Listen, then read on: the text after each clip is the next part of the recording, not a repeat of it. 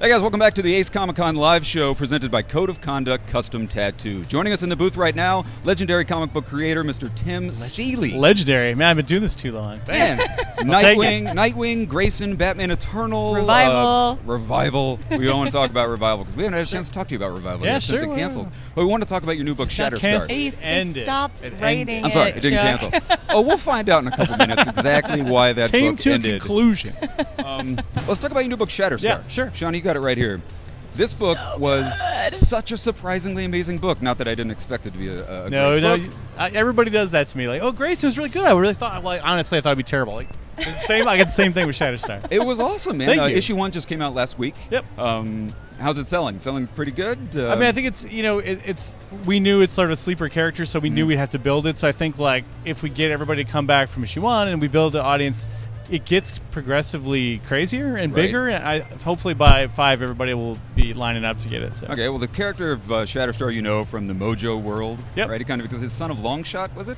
Yeah. Sorta. He's the grandfather of himself, I guess. He's the father. Interesting. It's very confusing. Yeah, well, X-Men fans probably know who he is from various Mojo issues. Well, the basic plot of the book is Shatterstar is now transferred into, he's entered our reality from the Mojoverse, and he's a landlord of a Queens apartment building. So cool. Everybody in the apartment building is people from other universes, super-powered individuals. Did not see that coming, like that little page reveal. What can you tell us about the book for people who haven't read it yet, or the character? Well, I mean, Shatterstar is a character who debuted back in New Mutants. He was a member of X-Force, created by Fabian Nicieza and Rob Liefeld. And he's a space gladiator. Basically, is kind of the really simple pitch for him. And so he's been around for a while, and I think he's kind of always been part of a team, and he's never really had his own storyline. So the idea was to, what can we do with him that makes him a unique force in the Marvel Universe? So that my pitch was, he's used to sort of fighting for people and protecting people. So he starts this apartment building and invites people who've been cast out of other universes into this one, and he kind of can keep an eye on them, help them integrate into the world. So it being the Marvel Universe, one of the characters is an anthropomorphic supervillain from another world, who used to fight Spider-Ham, and one of them is from an alternate future where the world's been ended, and she's sent back to assassinate the person who ended it, but instead she becomes that person's babysitter. Yeah. So they're all kind of like people that they've been cast out of these weird, basically their own stories, but now they're sort of without one. Yeah. And so Shatterstar, kind of like Shatterstar.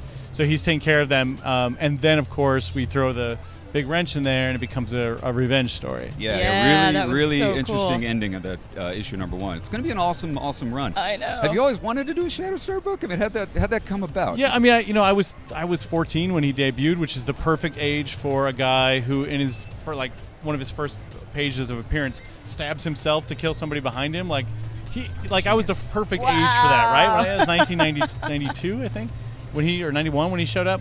So, I mean, I've always had affection for him. I kind of sort of forgot about him until the editor at Marvel said, well, we're doing a Shatterstar book. You want to do something with him? I was like, Shatterstar. And then I had an idea. It just came to me kind of whole cloth. So I couldn't turn it down. And then as I've been working on him, I discovered all this new affection for him. So the pug in the book. Is that a nod to your good friend, Mr. Mike Norton? Everybody knows Mike Norton from Battle Pug. Yeah. He's a big pug fan. Yeah.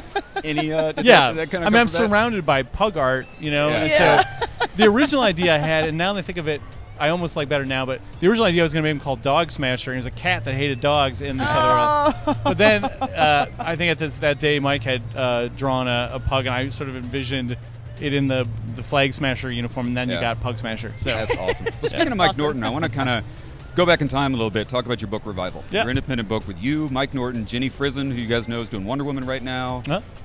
That was an amazing book. That was so much fun. We followed it from issue number 1, and it just wrapped up, last year? Last year, yep. Why'd you end it? I mean, the impetus behind the book was when Mike and I were talking about doing a series. He had just finished watching Lost, which he had followed the whole time. And his complaint about Lost was he got the impression they didn't know how it ended when they started it. And that they kind of had to get to an ending, which, I mean, happens a lot. But we said, well, what if you did a mystery and you knew how it ended? So we actually planned the book for roughly 48 issues, which we hit because there's 47 issues plus the Chew crossover. So that was the idea. From the beginning, we wanted 4 hardcover editions. We wanted 8 trades. We really kind of knew what we wanted to be. We wanted to be a unit of story. We didn't want to overstay our welcome. And I think in the end it was the right choice. We got exactly to the moment we wanted it to end, surprisingly, and we were scared there around 45. We're like, oh my god, I don't know how we're going to wrap this up. But we knew where we had to get, so it worked out. So the ending of the book, I mean, is that the ending you sort of envisioned when you first came that up was with the it? that was the ending. Nice. And we actually kind of wrote down, we knew who murdered the main character, and that was a major plot point, was this murder mystery. We knew the resolution of the relationship between the 2 sisters, and we knew how the resolution came about between the cop and the killer. Like, we knew that those 3 things had to hit, so surprisingly they all came together. Nice. Very well, too. Fantastic thing. I know you got to get back to your table. The doors are open. It's getting pretty crazy here in Ace. Yeah, we hope so. So what are you working on next besides Shatterstar? I am doing, one of them is top secret. Actually, like, most of them are top secret right now. No one's going to watch this, Tim. You can say it. I'm doing some stuff at Marvel. How about I can do that? Okay. I'm doing some stuff at DC. Really? And Nice. I've got a, let's see, what else is the one I just turned in. I have another creator-owned book coming out very soon. So when I have Hackslash versus Chaos, which is announced. Oh, sweet. Nice. That's at Dynamite. It's my Hackslash characters versus the Chaos characters, which, speaking That's of, cool. growing up as a teen, I love that stuff. So having my character hit them with hammers and bats and knives is really fun. Is So. your brother helping you Sweet. with that at all? Or? This one is just me. He and I are working on some other stuff. So Okay, cool. Awesome. Tim, thanks a lot for Thank you. being here with us. Yeah, Really thank appreciate it, you. guys. We're going to go live out to the show floor now, where some of our show floor correspondents are going to be talking to some cosplayers. So stick around for more great interviews right here on Chuckload of Comics.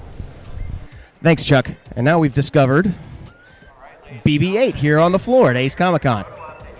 How are you? Have you been drinking today? I'm just asking because your balance seems a little off. And what planet are you from? Okay, well, we're going to ask you 1 or 2 questions, and then we're going to move on. Would you rather hang out with CM Punk or get fired out into space? Okay. Would you rather have tea and cake with Elizabeth Olsen or have to lick the Hulk's underwear? Okay, thank you very much, BB-8.